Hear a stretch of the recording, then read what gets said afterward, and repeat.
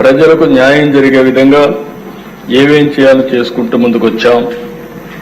46 సంవత్సరాల కంటే ముందు ఎన్నో పదవుల్లో చేపట్టిన 46 ఏళ్లుగా నా రాజకీయ జీవితంలో ఎన్నో పదవులు చూశాను, ఎన్నో కష్టాలు చూశాను, అవమానాలు పడ్డాను.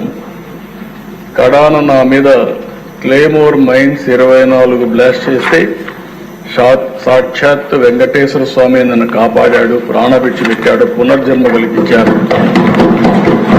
4 సంవత్సరాలు ఇక్కడున్నప్పుడే నా మీద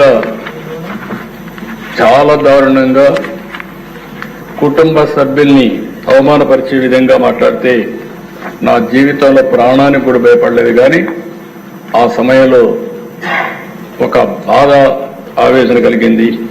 అలాంటి వేధింపులు కూడా గురయ్యాను. కడకు జైలు కూడా పంపించే పరిస్థితి వచ్చారు. కానీ అధ్యక్ష, నేను ఏ తప్పు చేయలేదు, ఏ తప్పు చేయను. అనుక్షణం ప్రజల కోసం పనిచేస్తా. ఇలాంటి ఇబ్బందులు పెట్టినప్పుడంతా కూడా ఇంకా మనోధైర్యాన్ని పెంచుకొని ఇంకా నేను ఏం చేయగలుగుతాను, ఏం చేస్తే ప్రజల రుణం తీర్చుకోగలుగుతాను ఆలోచించి ముందుకు పోతూ వచ్చాను. చాలా అరుదైన సంఘటన నా జీవితంలో చూశాను. నేను జైల్లో ఉన్నప్పుడు 53 రోజులు మీరు చూసే అధ్యక్ష, 80 దేశాల్లో తెలుగు వారు 53 రోజులు రోడ్డు మీదకి వచ్చి ఎక్కడికక్కడ పోరాటాలు చేశారంటే అది నా జీవితంలో ఎప్పుడూ మరిచిపోలేని సంఘటన అని చెప్పి కూడా నేను మీకు తెలియజేస్తున్నా. అందుకని ప్రజలు మనకిచ్చిన స్థానాన్ని ఎవరు చెరపాలన్నా చెరపలేరు. అందుకని ఈరోజు మీరు చూస్తే 4వసారి ముఖ్యమంత్రి.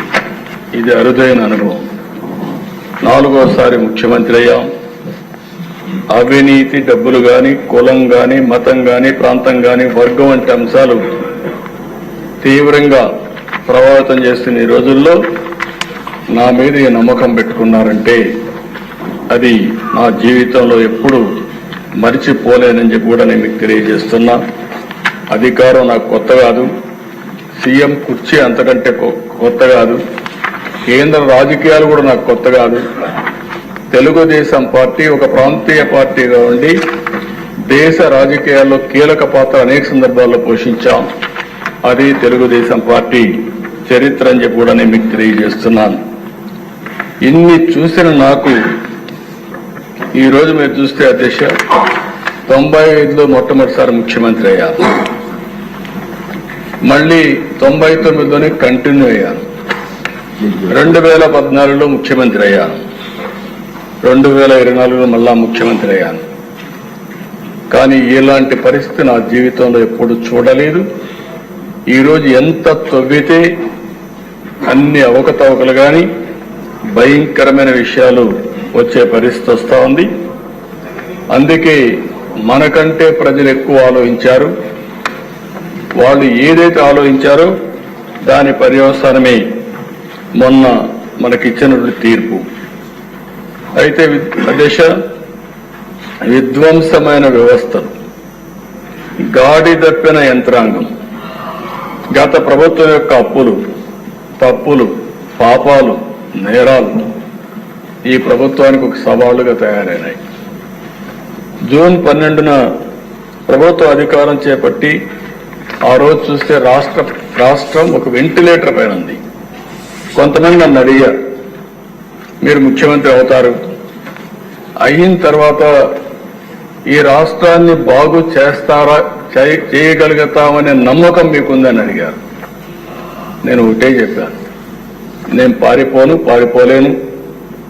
అధికారం ఉన్నా, అధికారం లేకపోయినా, లేకుంటే ఎప్పుడైనా సరే ప్రజల కోసం పనిచేశా.